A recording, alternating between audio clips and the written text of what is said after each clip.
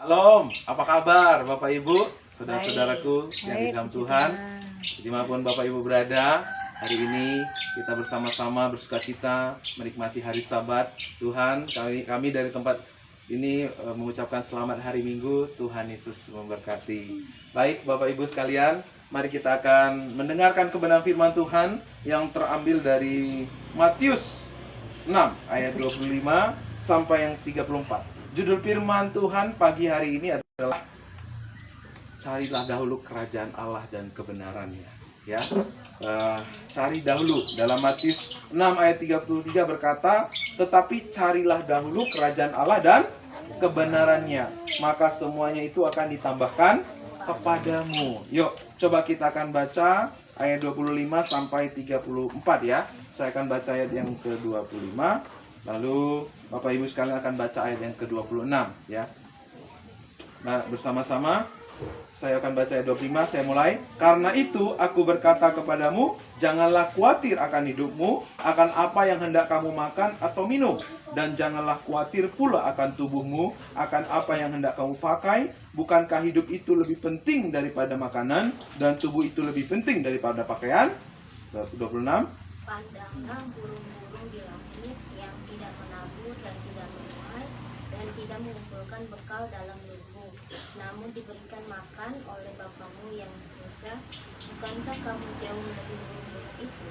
Siapakah di antara kamu yang karena kekhawatirannya dapat menambahkan sehasta saja pada jalan hidupnya? Dan mengapa kamu khawatir akan pakaian? Perhatikanlah bunga bakung di ladang yang tumbuh tanpa bekerja dan tanpa meminta. Namun aku berkata kepadamu, Salomo dalam segala kemegahannya pun tidak berpakaian seindah salah satu dari bunga itu. Jadi jika demikian Allah mendandani rumput di ladang yang hari ini ada dan besok dibuang ke dalam api, tidakkah ia akan terlebih lagi mendandani kamu, hai orang-orang yang kamu percaya? Sebab itu janganlah kamu khawatir dan berkata, apakah yang akan kami makan, apakah yang akan kami minum, apakah yang akan kami pakai. Semua itu dicari bangsa-bangsa yang tidak mengenal Allah. Akan tetapi Bapamu yang di surga tahu bahwa kamu memerlukan semuanya itu. Tetapi carilah dahulu kerajaan Allah dan kebenarannya, maka semuanya itu akan ditambahkan kepadamu. 34 sama-sama. Sebab itu janganlah kamu khawatir akan hari esok, karena hari besok mempunyai kesusahannya sendiri. Kesusahan sehari cukuplah kesusahan sehari. Amin ya. Carilah kerajaan Allah dan kebenarannya, maka semua akan ditambahkan kepadamu ya. Biasanya kalau situasi kepepet, situasi yang buruk, situasi yang sulit, biasanya yang dicari apa? Cari jurus selamat atau cari juru selamat? Yang dicari biasanya Pak, cari juru selamat ya. Mencari juru selamat bukan juru selamat ya. Artinya kebanyakan orang kalau udah kepepet seperti ini ya, bukannya mencari Tuhan tetapi mencari jalan pintas. Ada yang putus asa, patah hati sampai bunuh diri. Atau ada yang menghalalkan segala cara ya supaya ia terbebas dari apa yang dikhawatirkan. Situasi yang sulit seperti ini membuat orang banyak cemas, betul? Membuat orang banyak tertekan, khawatir, aduh gimana ya, gimana nanti untuk beli itu, beli ini, aduh nggak dapat pemasukan, aduh nggak bisa kerja, dan lain sebagainya. Membuat kita takut, membuat kita cemas, dan mulai muncul stres, tertekan. Kalau udah begitu, muncullah sakit penyakit. Sehingga tidak sedikit orang yang dalam situasi yang sulit akhirnya mengalami sakit, akhirnya mengalami kematian ya. Tidak sedikit yang mengalami kematian. Mulai gampang emosi, mulai gampang naik darah ya, naik tensinya. Gara-gara apa? Gara-gara tertekan, gara-gara kesulitan yang dihadapi. Jadi sudah pasti ya, bagi orang-orang, kebanyakan orang, situasi sulit yang kita hadapi saat ini karena corona pasti membuat stres, khawatir, takut. dan mulai membenarkan diri dengan melakukan segala sesuatu, berbuat segala sesuatu ya yang tidak seharusnya mereka lakukan. Artinya menghalalkan segala cara. Tapi yang timbul apa? Masalah baru timbul. Ketika mencari jalan keluar dengan cara sendiri, ketika mulai menghalalkan segala cara, akhirnya timbul masalah baru. Akhirnya masalah diselesaikan dengan masalah. Ya tidak selesai. Bertumpuk-tumpuk masalah, akhirnya membuat stres, tidak bisa tidur, pikiran banyak, akhirnya penyakit datang. Itu jangan sampai terjadi buat kita, amin. Karena itu adalah sesungguhnya itu adalah taktik liciknya iblis. Strateginya iblis untuk menghancurkan, untuk membinasakan, membunuh dan membinasakan manusia apa? Membuat manusia itu khawatir, membuat manusia itu takut. Karena ketakutan itu adalah areanya iblis untuk mengotak-ngatik kehidupan manusia. Jadi jangan mau kita diseret pada kekhawatiran dan kehidupan yang takut ya, ketakutan. Karena di situ iblis akan gampang memperdaya, gampang mengacau balaukan kehidupan kita. Apa yang menyebabkan orang khawatir? Karena kebanyakan orang bergantung hidupnya kepada apa? Kepada dunia, betul? Iya. Kalau situasi dunia ini sudah jelas tidak memberikan kita jaminan. Karena situasi di dunia ini tidak ada yang stabil ya. Ekonomi tidak ada yang stabil, keamanan tidak yang stabil, politik tidak ada yang stabil. Jadi kalau kita menggantungkan hidup kita pada dunia ini, keadaan jiwa kita, hati kita juga nggak stabil. Waktu ekonomi kita lagi tinggi, gampang senyum, ya kan? Ya kan? Waktu situasi ekonominya lagi menipis, kantongnya lagi tipis, susah senyumnya. Nah, itu karena apa? Karena bergantung pada ekonomi atau kondisi dunia ini. Tapi saya mau katakan, ya, kita sebagai anak-anak Tuhan, kehidupan kita tidak bergantung pada dunia ini. Setuju? Tapi kita bergantung kepada kerajaan sorga. Yang setuju katakan amin. Amin. Pasti kalau kita menyandarkan kehidupan kita pada dunia ini, pasti kehidupan kita tidak enak. Karena selalu kita menemukan ketidakpastian. Itu membuat kita was-was, membuat kita cemas, stres, tertekan, putus asa. Akhirnya apa? Endingnya apa? Bunuh diri, kematian. Nah, Tuhan tidak mau saya dan saudara mengalami hal yang demikian. Tuhan mau saudara dan saya bergantung kepada kerajaan sorga. Makanya dikatakan tadi, carilah dahulu kerajaan Allah dan kebenarannya. Jadi, apa yang kita cari ketika kita mengalami masa-masa sulit saat ini? Kalau kita mencari apa yang bersumber dari dunia ini, sudah pasti akan membuat kita kecewa. Tapi carilah apa yang bersumber dari Allah, maka tidak akan pernah membuat saudara dan saya kecewa. Karena surga memiliki segala sesuatu yang kita butuhkan.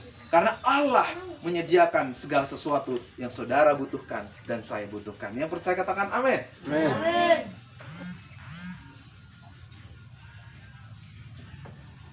Ketika kita menyandarkan kehidupan kita pada dunia, yang timbul apa? Kekhawatiran.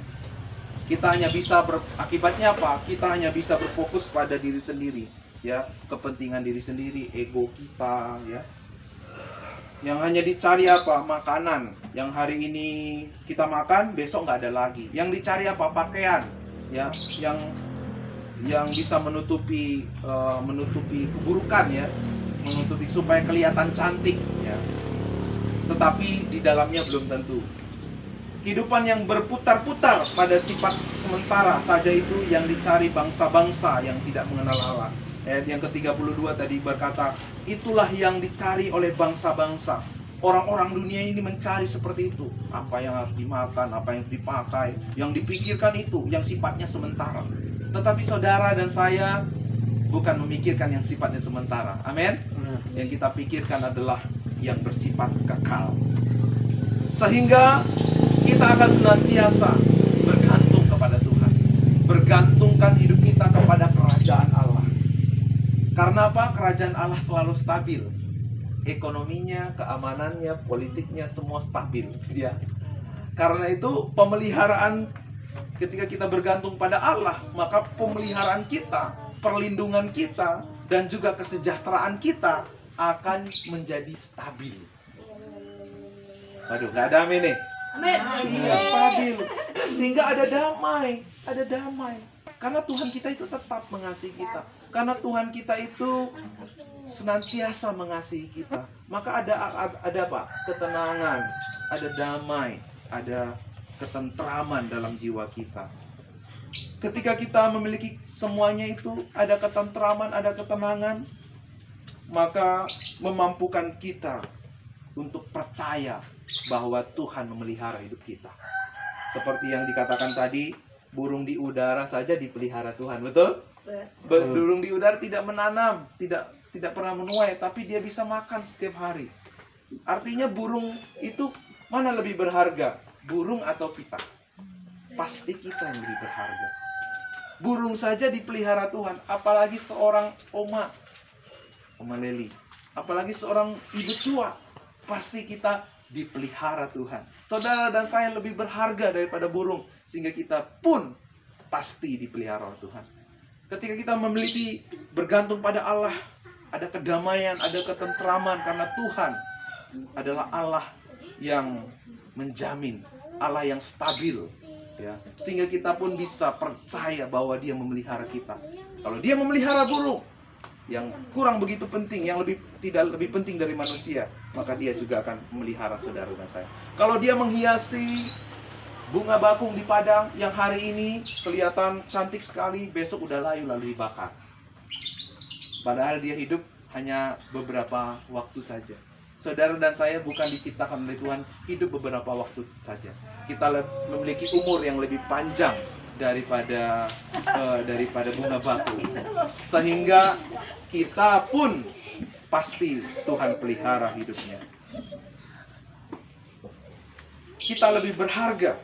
Bahkan rambut di kepala kita pun dipelihara oleh Tuhan, ya. Jadi, apa yang akan menangkal kekhawatiran ketika kita tahu bahwa persoalan terbesar dosa kita Tuhan sudah selesaikan? Apa persoalan terbesar dalam hidup kita? Persoalan dosa terbesar adalah dosa. Tuhan telah menyelesaikan dosa saudara dan saya. Maka kalau dosa yang persoalan yang terbesar dalam hidup kita Tuhan juga sudah selesaikan, maka Dia juga akan menyelesaikan persoalan-persoalan yang tidak lebih besar dari dosa kita. Mana lebih besar, corona atau persoalan dosa kita? Iya, kalau Tuhan sudah menyelesaikan, Dia berkata finish. Di atas kayu salib Dia berkata, sudah selesai. Maka Dia pun akan menyelesaikan persoalan-persoalan yang kita hadapi hari ini. Karena itu, mari jangan sandarkan hidupmu kepada dunia ini, tapi sandarkan hidupmu kepada kerajaan Allah. Karena minggu yang lalu juga kita sudah belajar bahwa orang yang percaya kepada Yesus memiliki kehidupan baru. Kebangkitan Yesus melahirkan kita kembali. Kita memiliki kehidupan yang namanya apa? Joy life. Apa itu joy life? Kehidupan Allah. Allah yang hidup dalam diri kita. Kalau Allah yang hidup dalam diri kita, bisa nggak Tuhan menuntun kita kepada sesuatu yang buruk? Pasti tidak.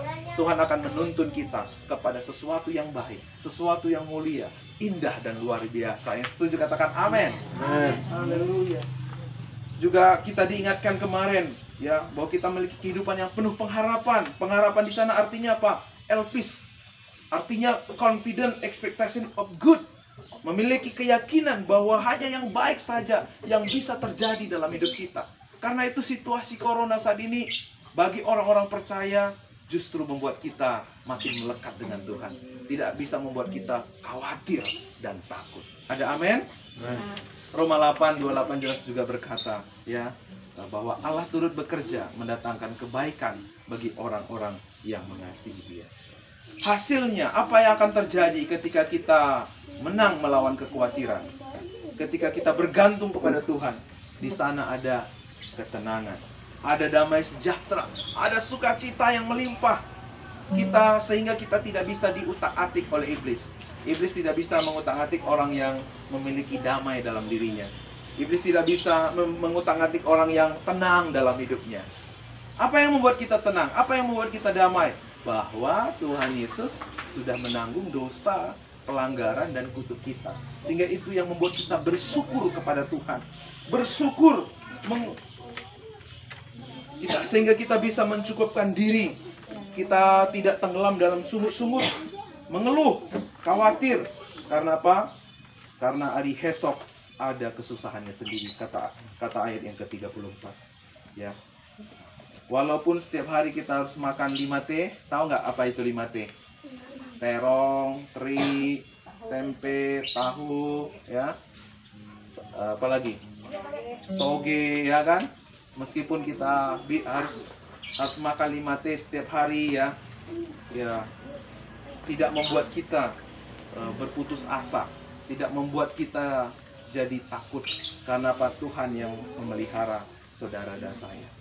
Seperti halnya ketika kita mengendarai motor, ya. Waktu kita mengendarai motor pada malam hari itu, lampunya hanya bisa menyorot berapa meter? Paling 2-3 meter, ya. Tapi kalau dijalani, nyampe nggak ke tujuan? Nyampe ke tujuan. Demikian, kita nggak tahu apa yang terjadi hari esok, tapi kita serahkan semua ke dalam Tuhan. Jalani aja hidup ini, jalani dengan hati yang penuh dengan bersyukur, ya, dengan tenang, dengan penuh percaya kepada Tuhan bahwa semuanya akan mendatangkan kebaikan bagi kita. Suatu saat kita akan sampai kepada satu maksud yang mulia, yang indah dan luar biasa dalam kehidupan kita. Tapi ketika kita hidup di luar Dia, maka semuanya yang buruk bisa terjadi dalam hidup kita. Ketika kita hidup di luar Tuhan, maka yang terjadi apa? Kita terperangkap dalam jebakannya iblis. Ya. Kalau kita tidak bergantung kepada kerajaan Allah, maka yang terjadi apa? Meskipun kita tahu siapa itu Yesus, meskipun kita mungkin sering beribadah, meskipun kita punya salib yang gede di rumah, tapi kalau kita nggak bergantung pada kerajaan Allah, maka yang terjadi apa? Kita sama saja dengan dunia ini, akan tetap mengalami kekhawatiran dan ketakutan, sehingga iblis dengan leluasa mengutak-atik hidup saudara dan saya. Jadi bagaimana? Rahasianya apa? Ada di ayat yang ke-33. Mari kita baca bersama-sama. 1, 2, 3. Ya. Tapi carilah dahulu kerajaan Allah dan kebenarannya, maka semuanya itu akan ditambahkan kepadamu. Ya. Maka semuanya akan ditambahkan kepadamu. Rahasianya apa? Carilah dahulu kerajaan Allah. Apa arti kata cari di sini? Ya, dalam kata aslinya epigeteo, yang artinya mencari dengan segenap kekuatan sampai mencucurkan keringat yang sangat banyak, atau dengan tekanan pikiran yang besar, ya. Jadi di sini ada dua kata mencari di ayat yang 33, tetapi ada juga kata mencari di ayat yang ke berapa? Coba bisa bantu saya? Ayat yang ke-32. Ini kata cari di sini pengertiannya berbeda, ya, meskipun katanya sama, ya. Cari di ayat yang ke-32 itu artinya mencari dengan segenap kekuatan sampai mencucurkan keringat yang sangat banyak, atau dengan tekanan pikiran yang besar. Jadi orang mencari di ayat yang ke-32 itu karena ada tekanan. Tapi di ayat yang ke-33, mencari di situ bukan karena tekanan. Dalam bahasa asli jeteo, yang artinya rasa lapar, keinginan untuk menyembah dengan kesadaran. Nah, ini bedanya, ya. Kalau orang mencari di ayat yang ke-32 itu karena ada tekanan. Waduh, nanti saya nggak makan, nanti saya dikata-katai, nanti saya sakit, dan lain sebagainya. Sehingga itu memaksa orang untuk mencari. Tetapi mencari di ayat yang ke-33 itu mencari dengan kesadaran, dengan rasa lapar. Bagaimana? Hari ini ibadah mencari karena tekanan atau mencari karena kesadaran? Seharusnya karena kesadaran. Amin. Karena kita sadar bahwa apa? Hanya di dalam Tuhan kita menemukan kehidupan kita yang sesungguhnya. Amen. Kita selanjutnya ada kata dahulu ya. Carilah dahulu. Nah, dalam bahasa Inggris first, pertama. Di ayat yang ketiga, dalam bahasa Yunaninya proton ya, yang berarti pertama-tama atau yang terutama. Jadi kita mencari Tuhan dengan rasa lapar, dengan kesadaran, dengan mengutamakan Dia, memposisikan kerajaan Allah di posisi yang terutama dalam hidup kita. Dia yang tertinggi, sesuatu yang paling kita sayangi, yang paling kita senangi dalam hidup kita, yaitu mendahulukan kerajaan Allah. Ya. Jadi apa yang saudara cari, utamakan selama ini? Apa yang saudara dan saya dahulukan selama ini? Apakah berkat? Apakah kesehatan? Apakah perlindungan? Apakah kesuksesan? Apakah materi atau lain sebagainya? Kalau itu yang kita utamakan, maka mencari di sini adalah mencari yang pertama ya, seperti yang disampaikan di ayat yang 32. Tapi Tuhan mau kita mencari Dia. Fokus utama kita bukanlah berkat, bukanlah materi, bukanlah apa yang kita butuhkan. Yang kita cari yang utama itu adalah kerajaan Allah. Sama-sama dengan saya katakan kerajaan Allah. Kerajaan Allah. Iya. Yang kita utamakan itu kerajaan Allah. Kita sadar. Kita mencarinya dengan rasa haus dan lapar. Kita sadar bahwa hanya dalam kerajaannya kita akan menemukan kehidupan yang sesungguhnya. Dalam kerajaannya kita akan menemukan jaminan, kestabilan yang tidak pernah berubah. Itulah kekekalan yang Tuhan Allah sediakan buat saudara dan saya. Kalau kita hidup dalam kerajaannya, iblis tidak bisa mengotak-ngatik hidup kita.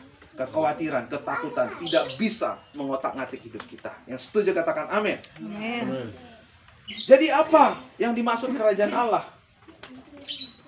Apa yang dimaksud kerajaan Allah? Apa kita pergi ke suatu tempat supaya kita bisa hidup di kerajaan Allah? Tidak. Bapak Ibu, kerajaan Allah di sini bukan soal kita mengikuti perintah-perintah. Bukan. Pak, saya udah pastilah Pak hidup dalam kerajaan Allah. Saya kan setiap hari di gereja Pak. Saya kan setiap hari memuji Tuhan Pak. Belum tentu. Karena yang dimaksud di sini kerajaan Allah berbeda dari pengertian kebanyakan orang. Soal siapa yang memerintah atau mengendalikan hidupnya. Jadi bicara soal kerajaan, siapa yang memerintah? Siapa yang mengendalikan hidup kita? Apakah diri kita? Apakah situasi dunia ini? Atau Allah? Ketika kita membiarkan Allah yang mengendalikan hidup kita, maka saat itu kita hidup dalam kerajaan Allah. Nah, saudara mengerti? Kita hidup dalam kerajaan Allah itu bukan karena kita takut dihukum, bukan karena kita menginginkan sesuatu yang kita butuhkan, tapi karena kita sadar bahwa hanya dalam kerajaan Allah kita menemukan kehidupan kita yang sesungguhnya. Apa yang dikatakan di dalam Roma 14 ayat 17, saya akan bacakan buat Bapak Ibu Saudara. Kerajaan Allah yang dimaksud di dalam Roma 14 ayat 17 itu, sebab kerajaan Allah bukanlah soal makanan dan minuman, tetapi soal kebenaran, damai sejahtera, dan sukacita oleh Roh Kudus. Itulah yang dimaksud dengan kerajaan Allah. Bukan soal makanan, bukan soal minuman, tetapi soal apa? Kebenaran, damai sejahtera, sukacita oleh Roh Kudus. Nah, apa dasarnya orang percaya mengalami damai, sukacita yang dikerjakan oleh Roh Kudus? Apa? Kalau perhatikan minggu yang lalu pasti tahu. Apa dasar damai sejahtera, sukacita yang dialami oleh orang percaya? Dasarnya adalah bahwa Yesus sudah mati, menanggung dosa kita, menanggung kutuk kita, menanggung segala pelanggaran dan hukuman kita. Waktu Dia bangkit dari antara orang mati, Dia melahirkan kita kembali sebagai orang-orang yang dibenarkan oleh Allah. Yesus berkata waktu sebelum Dia mati di kayu salib, Dia berkata, finish, sudah selesai. Bahwa segala persoalan kutuk kita sudah selesai ketika Yesus mati hanya satu kali saja. Cukup untuk menanggung segala dosa, hukuman kita di atas kayu salib. Inilah damai sukacita yang menjadikan kita sadar untuk senantiasa mengutamakan Tuhan. Bahwa Tuhan sudah menganugerahkan kepada saya keselamatan.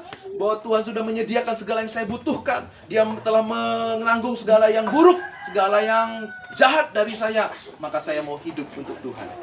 Inilah yang dimaksudkan tadi di kata cari di ayat yang 33. Kita mencari dengan kesadaran. Kita mencari dengan rasa haus dan lapar. Kesadaran bahwa Dia yang sudah menanggung hidup kita, Dia yang sudah menebus hidup kita. Maka hidup kita adalah milik Tuhan, sehingga kita mau hidup untuk Tuhan. Yang percaya katakan amin. Amin.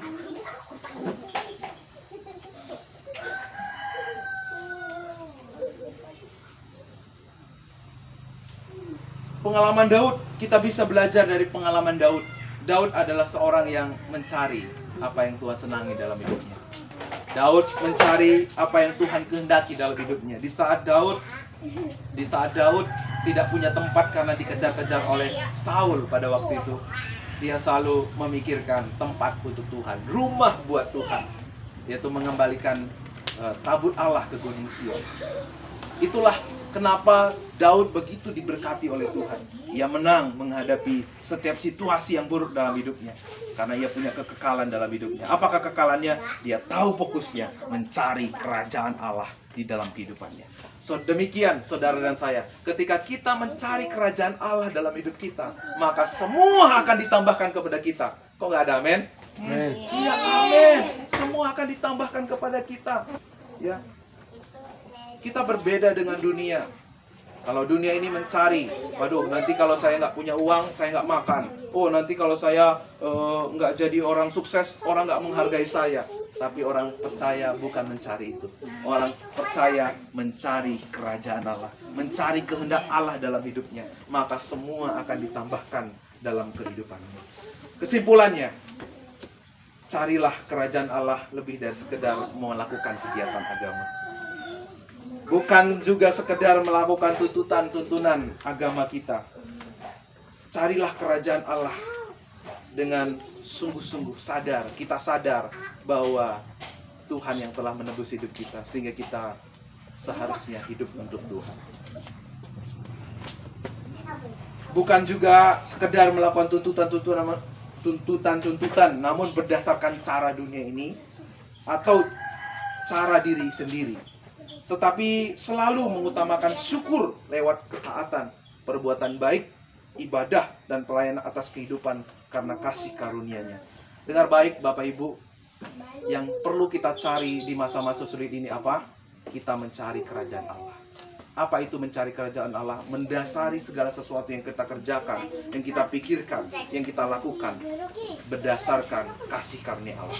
Tuhan sudah menanggung kita, Tuhan sudah mati, Tuhan sudah menebus hidup kita, sehingga kita rindu memuliakan Dia lewat hidup kita. Ya.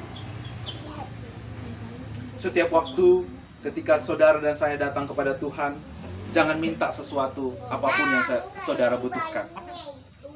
Yang saudara harus lakukan adalah cari kerajaan Allah. Begitu bangun pagi katakan, Tuhan, aku bersyukur Engkau telah menanggung sakit, penderitaan, kutuk, dosa, hukuman, dan pelanggaranku di atas kayu salib.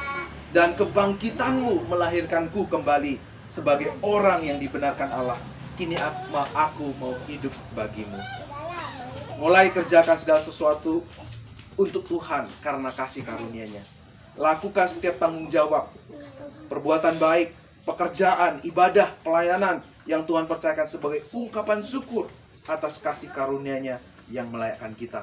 Maka janji firman Tuhan, semua akan ditambahkan kepadamu. Kesehatan, kekuatan, pemeliharaan, perlindungan, Tuhan akan penuhi, Tuhan akan berkati. Selamat hari Minggu, Tuhan Yesus memberkati. Amin.